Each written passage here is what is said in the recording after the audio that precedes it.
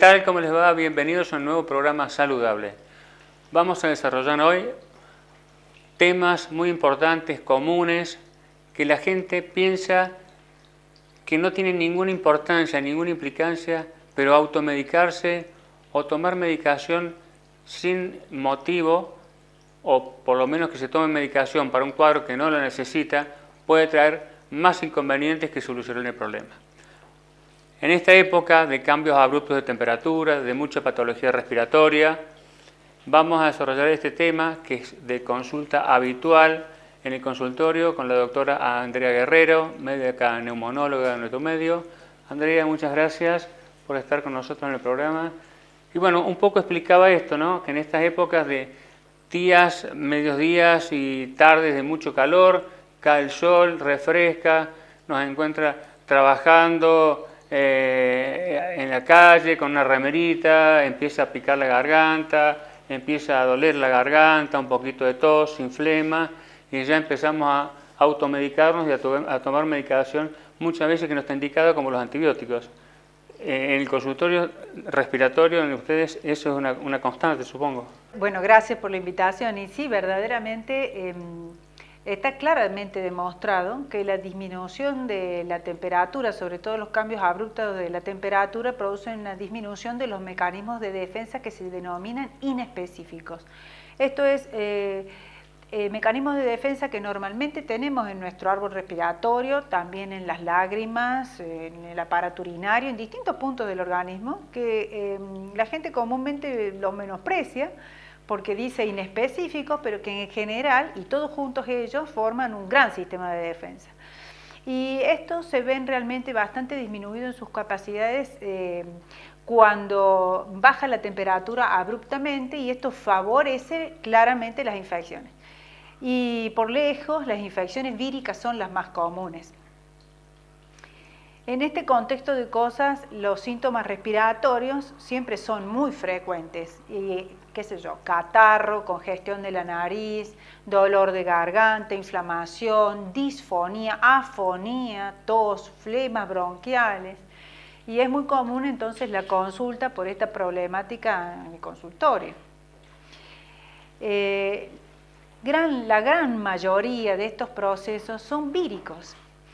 Virus que no solamente son el virus de la gripe. Esto es interesante porque la vacuna contra la gripe protege contra la gripe, pero no protege, por ejemplo, contra picornavirus, flavivirus, rinovirus, adenovirus, respiratorio sincitial, que son una enorme masa de virus que pueden afectar las vías respiratorias y cada uno dar un proceso nuevo. Entonces, imagínate vos que, excepto el virus de la gripe, que eventualmente puede tener un tratamiento dirigido contra la gripe en determinados pacientes, en realidad no sirve para cubrir las otras infecciones virales. Y estamos hablando de drogas antivirales, no de drogas antibacterianas, porque las bacterias en general no están presentes en el inicio de estas enfermedades. Son menos las infecciones bacterianas y por lo tanto merecedoras de algún antibiótico. Claro, lo que te quiero preguntar acá es que seguramente muchos de los pacientes que caen con estos síntomas que vos decís, dolor de garganta, congestión nasal, tos, generalmente o no pocas veces, por lo que yo veo, e incluso en mi consultorio, que no es específicamente respiratorio, cuando llegan al consultorio ya vienen con el antibiótico puesto, automedicado o porque fueron a la farmacia y le dieron el antibiótico. Bueno, el tema de la automedicación realmente con los antibióticos es un problema muy serio, pero no son los únicos remedios que se utilizan en forma así bastante indiscriminada.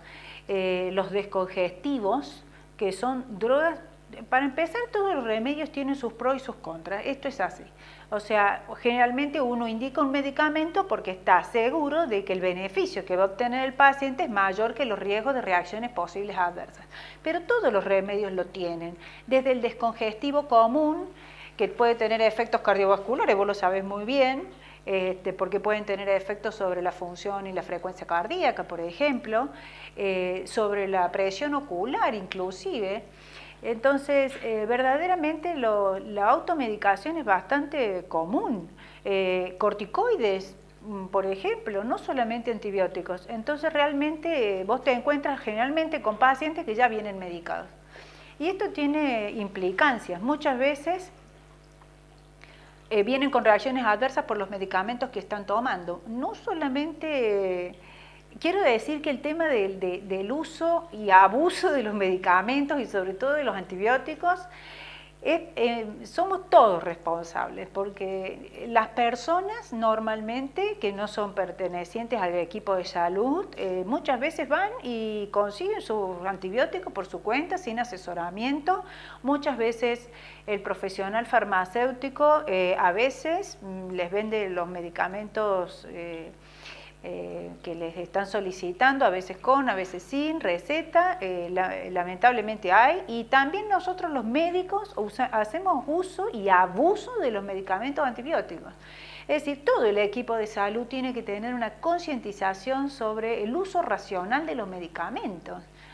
Digo, antes, tener una angina con un poco de fiebre, te daban un té con limón, quizá algún antitérmico si te hacía falta, hacías reposo 2 días y punto, no te cocinaban a remedio. Hoy realmente los pacientes vienen con mucha medicación encima.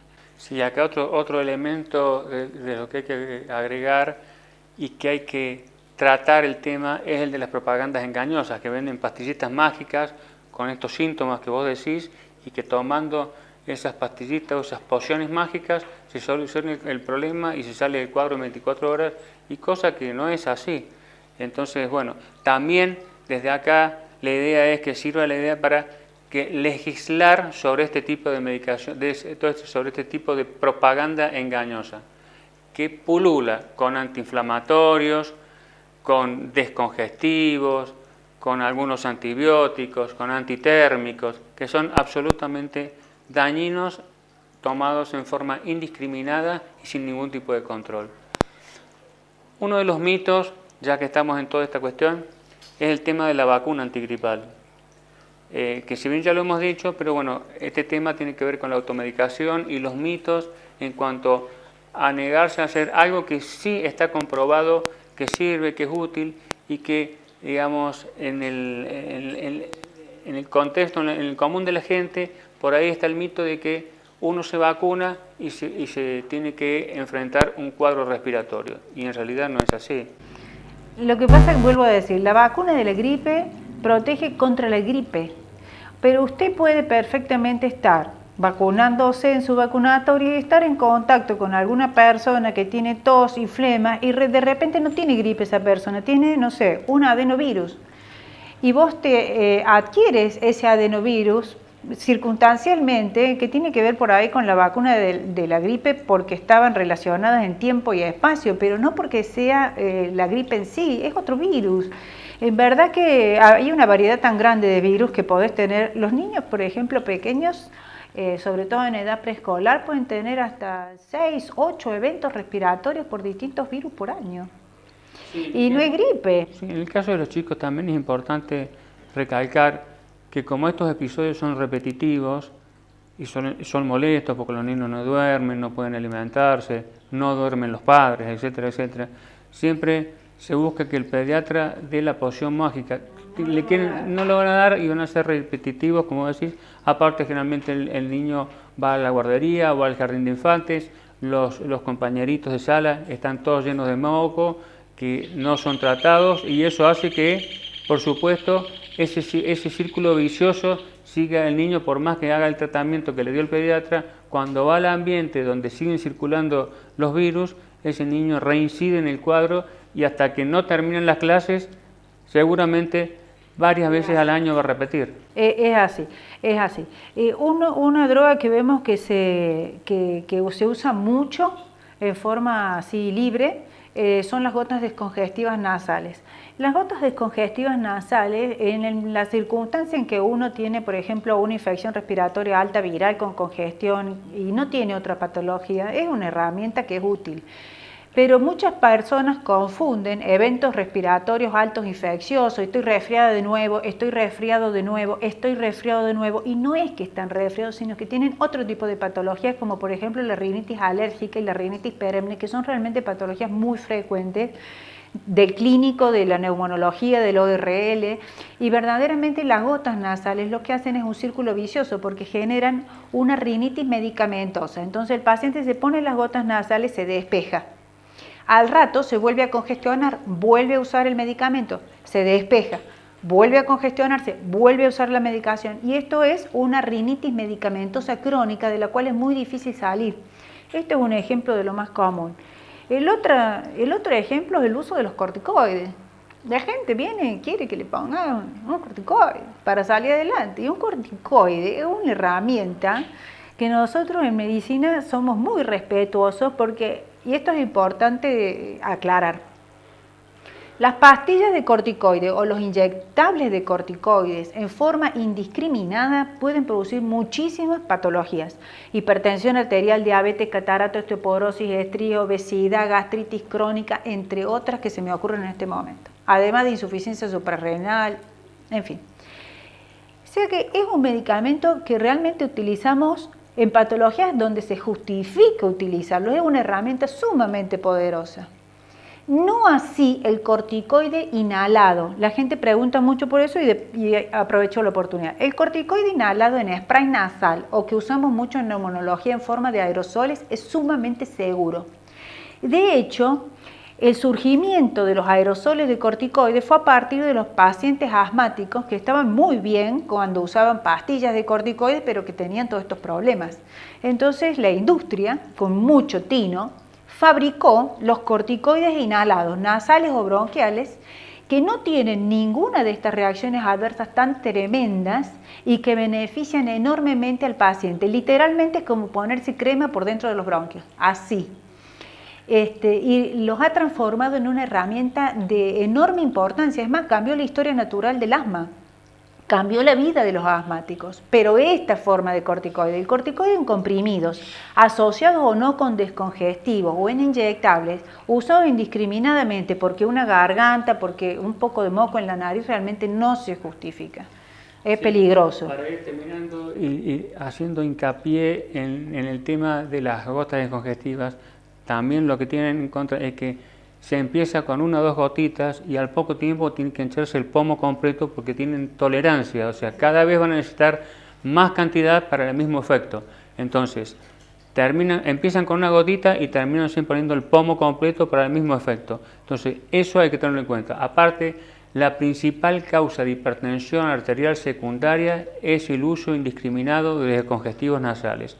Eso lo tienen que tener en cuenta, porque no pocas veces uno en el interrogatorio, hipertensión, supuestamente no hay antecedentes, y uno le pregunta, ¿tiene problemas respiratorios? Sí, me congestión y uso las gotitas. Bueno, olvídese, deja de colocarse las gotitas y se le acomoda la presión arterial. Entonces, eso es muy, muy importante. Muy bien, vamos a los primeros minutos de pausa y continuamos con el programa.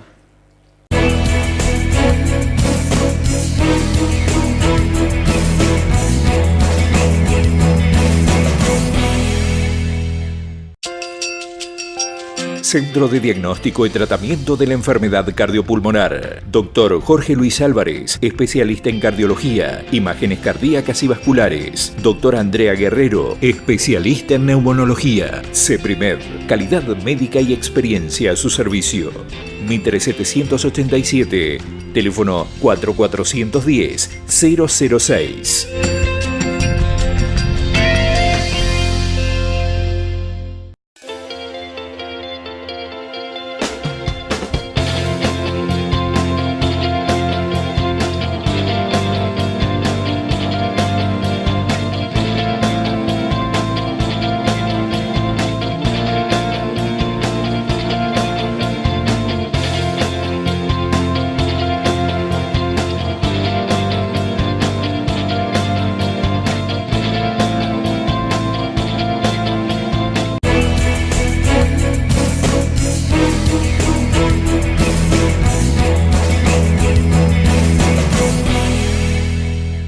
Muy bien, continuamos con la segunda parte del programa y aquí me he reservado esta segunda parte para hablar específicamente del uso indiscriminado de antibióticos, no solo por parte de los pacientes, sino, como vos muy bien decías, de la sobreindicación de antibióticos por parte de los médicos, que tenemos que hacer nuestra autocrítica, y no pocas veces en un cuadro que es claramente respiratorio viral, llegan después de pasar por una guardia a una consulta por consultorio externo ya con el antibiótico puesto, y eso también es contraproducente.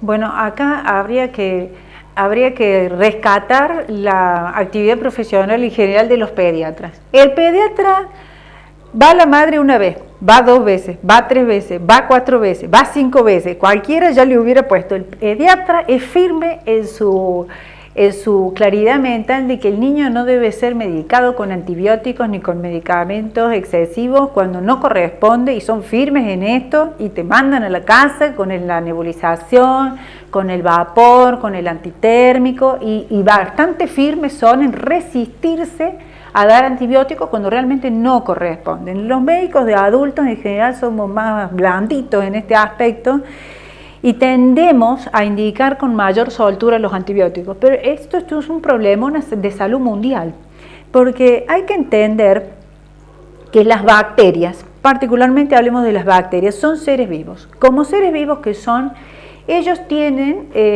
la misma idea que vos y que yo, que es sobrevivir. Y ellos se las arreglan para sobrevivir, no porque vos no las veas con los ojos, no están. Y no porque vos no las escuches hablar, no se comunican. Las bacterias se comunican entre ellas y se defienden entre ellas. Ellas han diseñado distintos mecanismos a lo largo de la historia, desde la época de Fleming y el surgimiento de la penicilina. Empezó esta guerra y francamente no creo que la estemos ganando. Las bacterias se defienden de muchas maneras. Por ejemplo, ellas pueden fabricar ciertas enzimas, que son unas sustancias que se pegan al antibiótico que vos le das para anular su efecto. Otras, por ejemplo, tienen la capacidad de tener un sistema, están rodeadas de una pared celular o de una membrana celular que las limita, y ahí en esa capa externa ellas tienen como un sistema de bombas que están permanentemente sacando el antibiótico. O sea, vos le das, entra y la bomba lo saca, entra y la bomba lo saca. Son bombas de flujo. Algunas adquieren a partir de plásmidos, que son unos microorganismos más pequeños, más simples, parte de su carga genética, la meten dentro de su genoma y fabrican proteínas contra los antibióticos, como por ejemplo las PVP y las penicilinas, que es un ejemplo clarísimo. Otras son más astutas y se comunican entre ellas para sobrevivir. Entonces fabrican como colonias y se envuelven en una película que les protege y le impide al antibiótico llegar. Esto es muy común, por ejemplo, en el caso de la pseudomonas y la fibrosis quística. Muy difícil de que llegue el antibiótico a matar la pseudomonas porque se defiende de esta manera. Es la supervivencia y se comunican entre ellas. Se comunican entre ellas para agruparse. Hay otra bacteria que es el estafilococo, que es un germen que para nosotros los médicos es un problemón, sobre todo cuando los pacientes tienen, por ejemplo, catéteres, o cuando tienen catéteres de diálisis o catéteres endovenosos, marcapasos, porque fabrican una especie de film que los pega a estas prótesis y son re difíciles de llegar, los antibióticos allí no llegan. Entonces las bacterias se defienden. Cada vez que nosotros les lanzamos un misil, una bazuca nueva de antibióticos, ellas se las arreglan para defenderse, y entonces la industria vuelve a pensar en una nueva estrategia para fabricar un nuevo antibiótico o grupos de antibióticos para poder enfrentarnos. Verdaderamente esto genera grandes problemas, sobre todo a nivel hospitalario, porque son bacterias multiresistentes y verdaderamente son un problema de salud pública, pero no en la Argentina, en el mundo.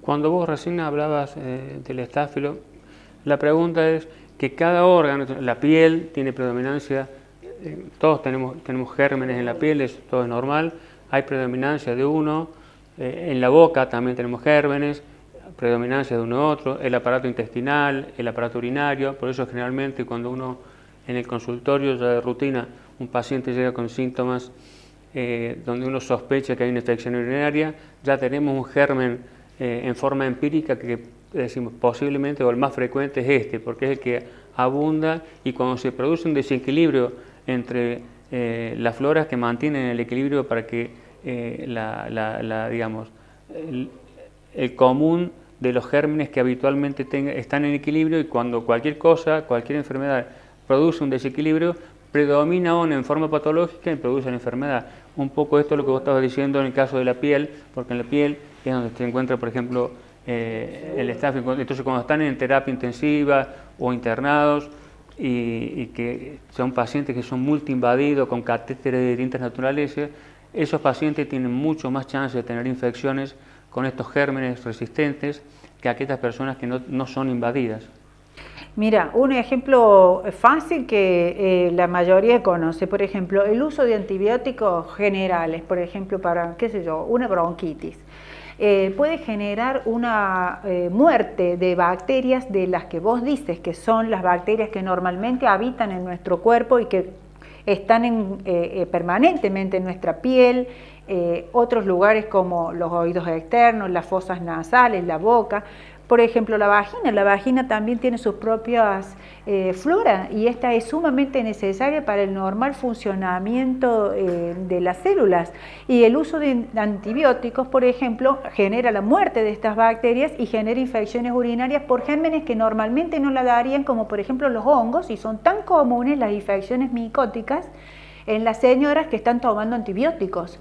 O por ejemplo, el uso de antibióticos que nosotros le llamamos con inhibidores de beta-lactamasa, no vamos a dar nombres, obvio, pero el paciente lo toma porque tiene una infección del oído medio y resulta ser que ahora tiene diarrea. ¿Y por qué la tiene? Y porque muere la flora normal del intestino y es reemplazada por gérmenes más agresivos que terminan enfermando al paciente de otra cosa. Entonces, verdaderamente hay que ser muy justo en cuanto a la selección del antibiótico, de acuerdo a la estadística, como dices, probabilidad estadística de qué germen es el más frecuente, y el tiempo. A veces les dan antibióticos y vos ves que hay gente que viene con 10, 15, 20 días de antibiótico por cuadros que no se justifican y terminan teniendo reacciones adversas por este problema. El problema de la resistencia microbiológica y de las infecciones cruzadas en los hospitales es un problema mundial. Una de las herramientas que aprendimos con la gripe A, y no sé por qué nos olvidamos de hacer estas cosas, fue el lavado de manos. Aprendimos con la gripe A que había que lavarse las manos, que había que toser en el codo, que había que tratar de evitar saludar con manos o saludar de beso a las personas para evitar la diseminación. Parece que nos hubiéramos olvidado de que existe la gripe A, que sigue estando, y de estas medidas que teníamos tan arraigadas se han ido diluyendo en el tiempo. El lavado de manos, para nosotros los médicos, entre paciente y paciente, es mandatorio.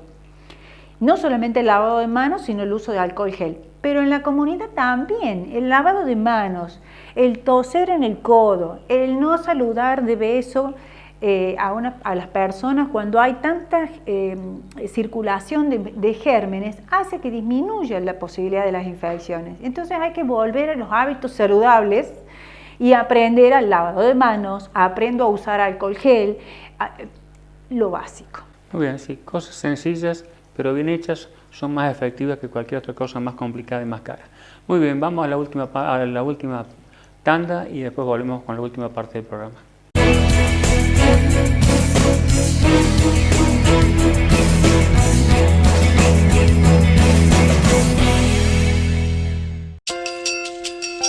Centro de Diagnóstico y Tratamiento de la Enfermedad Cardiopulmonar. Dr. Jorge Luis Álvarez, especialista en cardiología, imágenes cardíacas y vasculares. Dr. Andrea Guerrero, especialista en neumonología. CEPRIMED, calidad médica y experiencia a su servicio. Mitre 787, teléfono 4410-006.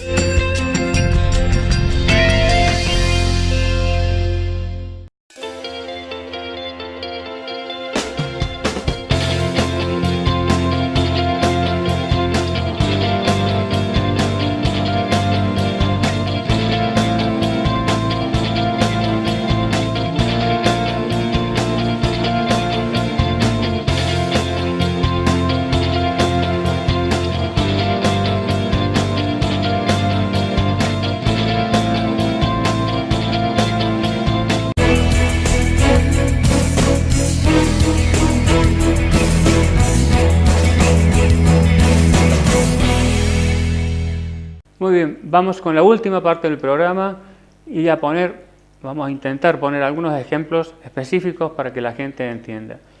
Dentro de esta automedicación y medicamentos que pueden ser extremadamente dañinos, más allá de los antibióticos, los descongestivos, por ejemplo, dentro de los antigripales, dentro de las propagandas engañosas, este tipo de medicamentos que tienen antitérmicos, descongestivos, todo este tipo de medicación, que vuelvo a repetir, son propagandas engañosas, también tienen sus contraindicaciones e indicaciones específicas.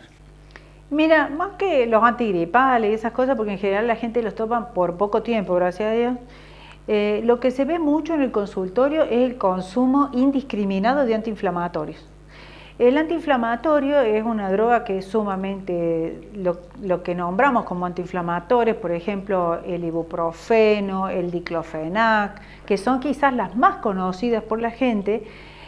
Son drogas que realmente se consumen mucho porque ya sea que sea una persona joven con algún problema neuromuscular, un trauma del deporte, va a consumir antiinflamatorios. Y las personas mayores, generalmente con problemas de columna, cervicalgias crónicas, contracturas musculares, problemas de artrosis, van a consumir antiinflamatorios. Y es muy importante en esto establecer que una cosa es consumir un antiinflamatorio por 4 o 5 días por un problema agudo y otra cosa es el consumo crónico de antiinflamatorios, incluyendo la aspirina. Lamentablemente, vuelvo a decir, los productos los usamos porque sabemos de su nobleza para resolver ciertos problemas o mejorar ciertas patologías, pero también hay que entender que tienen reacciones adversas. Cualquier producto que usted lea, el prospecto, para empezar, necesita una lupa, porque tiene tanta cantidad de información que realmente la letra cada vez es más chiquita para que pueda entrar toda la información que legalmente debe estar escrita en los prospectos. Y en el caso de los antiinflamatorios es muy frecuente que los pacientes tengan o patología gastrointestinal, sobre todo gastritis o úlceras pépticas, o patología nefrológica. La nefropatía por antiinflamatorios conduce a la insuficiencia renal. No es un poquito de problema, es un problemón, porque el paciente termina con un grado de insuficiencia renal variable y algunos en hemodiálisis. Por consumir antiinflamatorio porque me duele la cadera, por ejemplo, o la rodilla, o porque tengo una lumbalgia y una hernia de disco crónica. Venga diclofenac, venga ibuprofeno y siga. Bueno, en verdad que esto lamentablemente también se ve mucho y hay que saber que existen, uno, médicos que son específicos o especializados en estas áreas, no solamente de patologías reumáticas, sino también del dolor, que pueden guiarte mejor a la hora de tener que seleccionar medicamentos. Y hay muchos productos que son sumamente nobles, que se pueden asociar para disminuir las reacciones adversas y potenciar el efecto antiinflamatorio, y realmente son sumamente efectivos. Pero el consumir indiscriminadamente antiinflamatorios conducen básicamente a 2 problemas más. Si no es el nefrológico, el gastrointestinal seguro.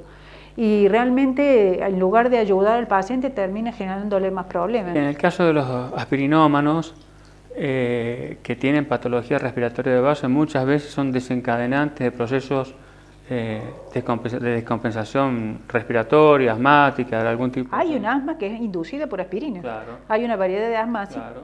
Y son personas que toman alta cantidad de aspirina y que tienen patología respiratoria de base y que esa cantidad de aspirina que toman le gatilla descompensaciones permanentes de su aparato respiratorio en este caso. O sea que realmente no es una aspirina común, no es una cosa que así nomás. Y otra cosa, el uso indiscriminado de la aspirina, como yo siempre les digo, dentro de las propagandas engañosas, desde el punto de vista cardiovascular, les dicen, bueno, si usted fuma, tómese una aspirina, si usted es diabético, tómese una aspirina, si usted está gordo, tómese una aspirina. No, señor, si usted fuma, no se tome una aspirina, deje de fumar. Si usted es gordo, baje de peso. Si usted no hace actividad, en vez de tomar una aspirina, vaya y salga a caminar. Si usted es diabético, controle su diabetes, coma bien y vaya a hacer actividad física. Eso es lo que tiene que hacer, no tiene que tomar aspirina. Porque les digo que hay un 30% de pacientes que toman aspirina y que no está indicado, terminan haciendo hemorragias subaracnoideas. O sea que no es menor la complicación. Y ustedes ven que la propaganda está todos los días en el canal en forma engañosa y no hay nadie que legisle sobre ese tipo de situación. No hay nadie que legisle. O sea, me parece que les estamos dando elementos suficientes para que quienes se tengan que hacer cargo y por lo menos intentar crear leyes como corresponden, se aboquen a hacerlo, porque la propaganda son engañosas y favorecen la automedicación, que puede ser contraproducente, y el Estado termina gastando fortunas de dinero en complicaciones que son muy importantes. Así que, bueno, espero que se hagan cargo de lo que se tengan que hacer cargo. Para la última parte, me gustaría, en este tema de la automedicación y específicamente de los antibióticos, tampoco el hecho de tomar antibióticos así porque así puede terminar siendo gratis, ¿no? O sin ningún tipo de... Porque hay medicamentos, hay antibióticos que pueden producir trastornos renales, otros antibióticos pueden producir, de acuerdo a hay antibióticos que de acuerdo a la edad que tengan las personas no se pueden dar. O sea, es que hay toda una serie de cosas a tener en cuenta a la hora de indicar un antibiótico. Por supuesto, si es alérgico, ni hablar. No, sin duda. Verdaderamente hay medicamentos que son de venta libre, que nuestros profesionales de salud relacionados al ámbito de la farmacia, nuestros farmacéuticos están capacitados para indicar a los pacientes cómo utilizarlos y venderlos. Y hay productos que no son de venta libre ni deben ser de venta libre. La farmacia no puede estar metida dentro de un súper, no es así. Para eso tenés el profesional farmacéutico, el profesional médico, que se estudian años para poder hacer las cosas de la manera más correcta posible y en beneficio del paciente. Los medicamentos todos tienen sus pros y sus contras, de manera tal que no deben ser utilizados livianamente y siempre debe ser consultado un profesional. Es la mejor forma de evitarse los problemas. Bueno, realmente te agradezco, Andrea, los conceptos y realmente esto va a ser muy importante. Espero que la gente tome la conciencia suficiente, que ese es el objetivo principal de este programa. Para terminar, quiero comentarles que ya en 2015 salió un informe del Comité de Farmacovigilancia de Europa sobre el uso de antiinflamatorios, específicamente el ibuprofeno y el paracetamol. En ese año, en el 2015, el ibuprofeno, de una marca conocida, de un laboratorio muy conocido, específicamente Bayer, había vendido en Argentina en ese año 9 millones de unidades. Y uno de menor marca comercial, pero un laboratorio muy importante como Pfizer, había vendido 6,5 millones de unidades en el año. Eso para que vean la cantidad, y muchos de esos, en especial el del laboratorio Bayer, tenía propaganda mentirosa, engañosa, y si ustedes se ponen a prestar atención, para los dolores de cabeza, para cuando tienen un día agitado y les duele la espalda, solucionan todo con ibuprofeno, todo con ibuprofeno. Este informe marcó de que si se consumen más de 2,4 gramos, o sea, casi 2,5 gramos por día, en forma constante, hay un altísimo riesgo de patología cardiovascular, infarto agudo de miocardio, insuficiencia cardíaca y accidente cerebrovascular. ¿Sí? Entonces, todo ese comité de farmacovigilancia informó, incluida la ANMAT en aquel momento. Se le informó a la FDA, que es la ANMAT, pero de Estados Unidos, y la FDA, como sí lleva los registros como deben ser, entonces hizo una valoración desde el año 2012 al 2013 de todas las causas de muerte y relacionó, entonces vio que casi un 30% de los pacientes que habían fallecido estaban en relación directa por el consumo crónico y de altas dosis de medicamentos como el ibuprofeno. Esa información se transmitió e incluso les obligaban a los médicos y a los fabricantes de estos medicamentos a que en el prospecto dijera que si eran pacientes cardiovasculares tuvieran o consultaran con su médico por la alta probabilidad de tener un evento cardiovascular. Y a los médicos se les sugería ampliamente no dar más de 1 gramo diario en forma crónica eventualmente de medicamentos como el ibuprofeno o el paracetamol. Esa misma información llegó acá a la ANMAT, a la Argentina, quien tiene que regular todo esto. Bueno, Si ustedes alguna vez vieron una propaganda advirtiendo sobre el consumo indiscriminado de esto, los felicito, porque yo no lo vi en ningún lado. Así que, bueno, un poco el objetivo del programa era marcarles esto. Tengan cuidado, asesórense bien antes de consumir cualquier tipo de medicación. Todas las medicaciones, todas, absolutamente todas, tienen contraindicaciones o algo que puede dañar a algún paciente en particular. Hay que ver qué antecedente tiene ese individuo para poder tomar tranquilamente la medicación. Espero que hayan entendido y que les haya gustado el programa. Nos vemos en 7 días.